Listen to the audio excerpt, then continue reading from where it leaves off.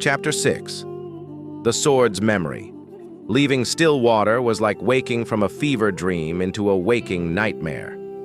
The silence of the village pursued them, a heavy blanket of unspoken questions and profound horror. Kaelen, who had chattered with nervous energy on the way to the village, now walked in a shell of silence, her small hand clutched tightly in Ava's. The child's eyes were old, haunted by the sight of her friends and family, transformed into a serene, living monument of flesh and crystal. The world itself seemed to have shifted in the wake of their encounter with the gardener. The passive, melancholic decay of the land had given way to something more actively hostile. The air grew thick, carrying a low, dissonant hum that grated on the nerves. The red, crystalline veins in the earth pulsed with a more aggressive light, and the very ground seemed to watch them with a newfound malevolence. Twisted, thorny vines, unseen before, now snaked across their path, forcing them into long detours. The creatures of the wastes, the ash lurkers and other fouler things, were more numerous. Their attacks more coordinated, as if guided by a singular, hateful intelligence. They traveled until dusk bled into the horizon and the wind took on knives. That night, they found shelter in the hollowed-out husk of a colossal petrified worm, its bony segments ribbing a corridor of fossilized ivory. The worm's interior smelled faintly of resin and old rain. Its ringed plates, calcified to a pale translucence, caught the last light and held it like lanterns, a thin luminescent thread running the length of the corpse tunnel. Outside, the wastes keened. Inside, the world narrowed to fire, breath, and the slow work of doubt. Alanoor stood guard at the entrance, his silhouette a hard, dark line against the bruised twilight, while Ava coaxed a small, reluctant fire from damp driftwood and powdered bone char.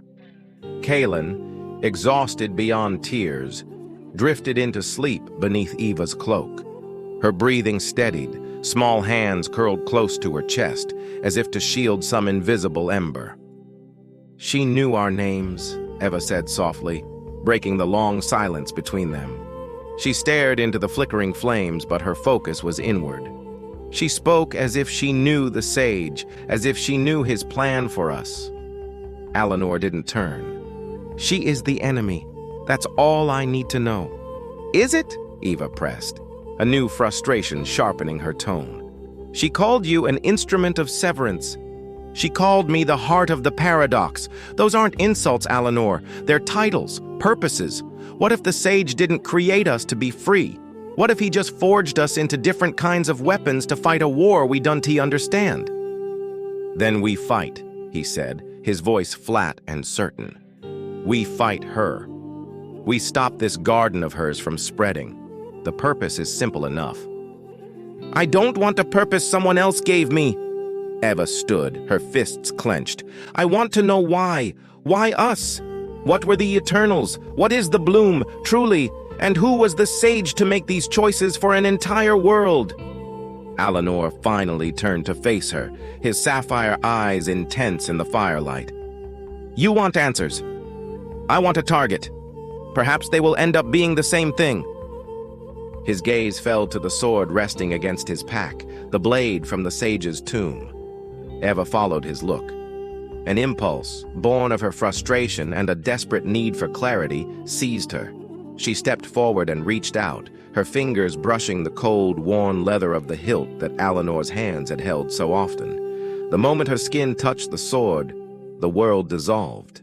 The fire, the cave, Alanoor, all vanished, replaced by the searing breath of a forge.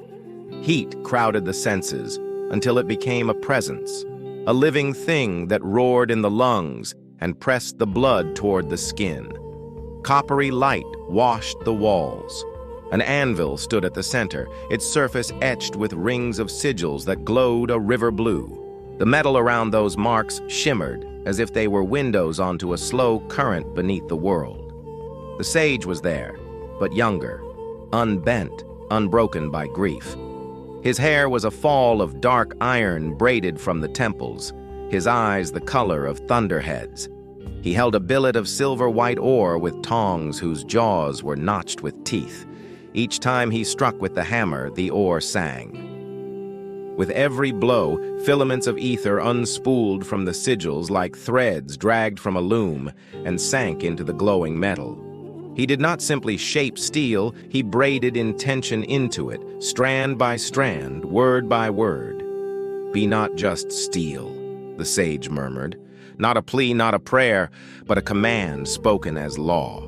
"Be memory, be instinct, be the hand that guides when the mind is lost."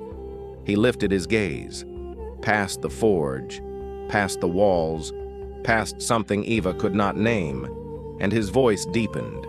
Runes along the anvil brightened in answering chorus. "Bind the hand to wisdom," he said, striking. "Bind the heart to mercy," another blow. "Bind the feet to right paths when the eyes are deceived." The hammer fell in a rhythm that felt like a heartbeat. "You will be called Severance, and you will teach my son to fight the great lie." He quenched the blade not in water, but in a trough of liquid light. Ether condensed to a cold radiance that hissed where it touched reality. The steam rose in sheets and resolved into scenes, echoes of places the sword would one day see. A forest of glassy spines bending to storm.